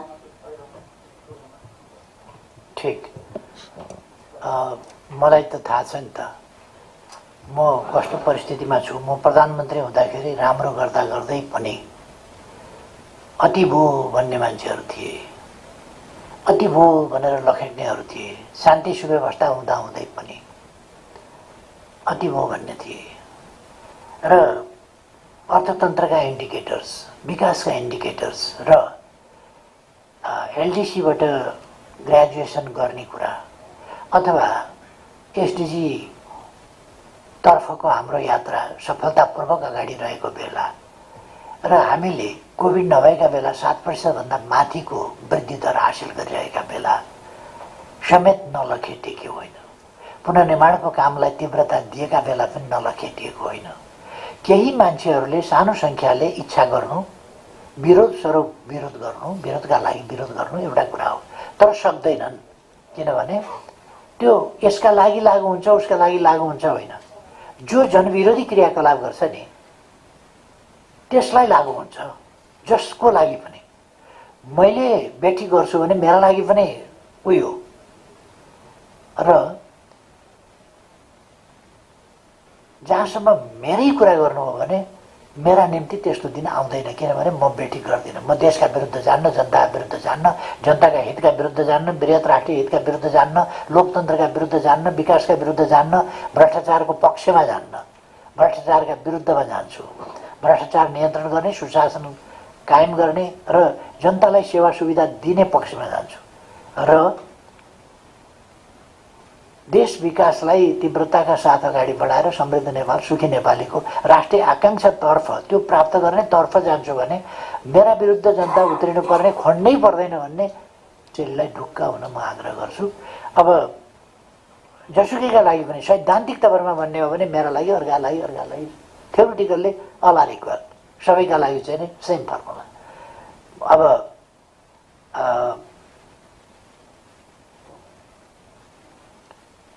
मलाई लाग्छ तपाईँको जिज्ञासा पुरा भयो होला। धन्यवाद। धन्यवाद। उपस्थितिका लागि म पार्टीका तर्फबाट सबै सम्पादकज्यूहरूलाई पुनः हार्दिक धन्यवाद दिन चाहन्छु। हाम्रा बीचमा औपचारिक अनौपचारिक ढङ्गका संवादहरू जारी रहनेछन्। सार्वजनिक विमर्श र सार्वजनिक धारणा निर्माणका लागि यहाँहरूको सधैँ सकारात्मक र सक्रिय भूमिकाको हाम्रो पार्टी अपेक्षा गर्दछ र हाम्रो विभागका प्रमुख पृथ्वी सुब्बा गुरुङको निर्देशनअनुसार आजको कार्यक्रम यहीँ समाप्त भएको जानकारी गराउँछु। धन्यवाद।